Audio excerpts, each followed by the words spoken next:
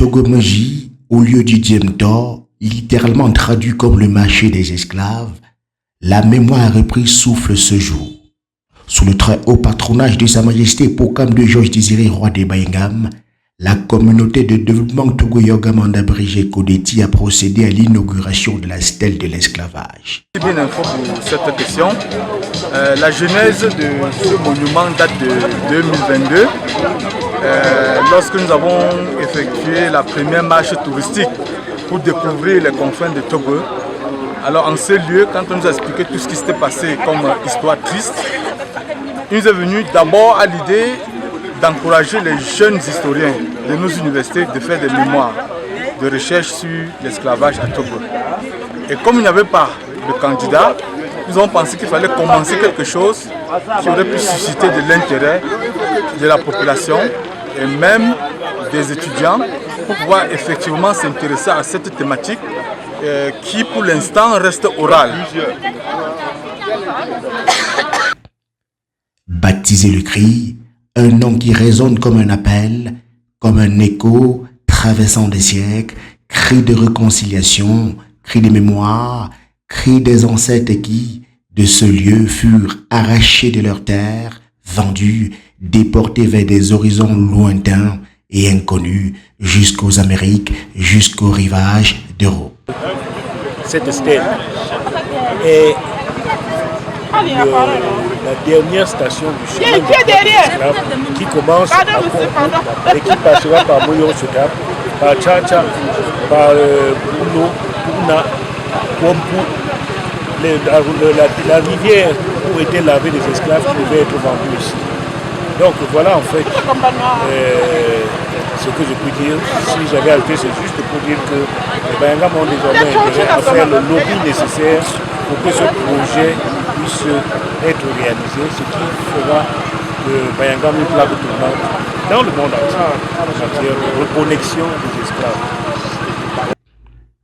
Cérémonie très courue qui a vu la participation du maire de Lens en France, d'une fille Bayangam, qui a tenu à rendre hommage à ses ancêtres. C'est très émouvant, j'ai envie de dire, parce qu'on se rend compte, malgré les années, des décennies et des siècles, que l'histoire, on a besoin d'en parler pour pouvoir plus ou moins faire le deuil de nos ancêtres qui sont partis dans des conditions très difficiles. Donc vraiment c'était important aujourd'hui d'être présent pour cette cérémonie et je remercie vraiment toute l'équipe organisatrice de ce moment précieux et j'espère que ce sera un lieu de pèlerinage pour toute personne désireuse de vouloir connaître ses origines, d'où elle vient, ses ancêtres, et surtout si elles sont Yogam, de retourner à Yogam. Dans son discours de circonstance, le maire de Bayingam Pointieux a rappelé que l'histoire ne s'efface pas, ne s'oublie pas, et que ceci désormais est un sanctuaire pour les générations à venir. Le monde dont les élites de Togo viennent de sceller ici, dans ma commune, je pense que ce sera un lieu de tourisme et de recueillement. Vous savez bien qu'on a perdu nos ancêtres ici, ils ont été vendus, il y a de ça 400 ans. Et ça nous fait plaisir parce que la commune aujourd'hui peut respirer par rapport à ce monument qui rappelle l'esclavage dans notre pays.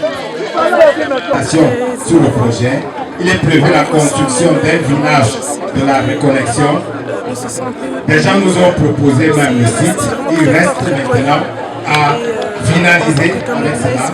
Et il faut trouver des financements. Et c'est les fils Bayangam qui devront financer ça.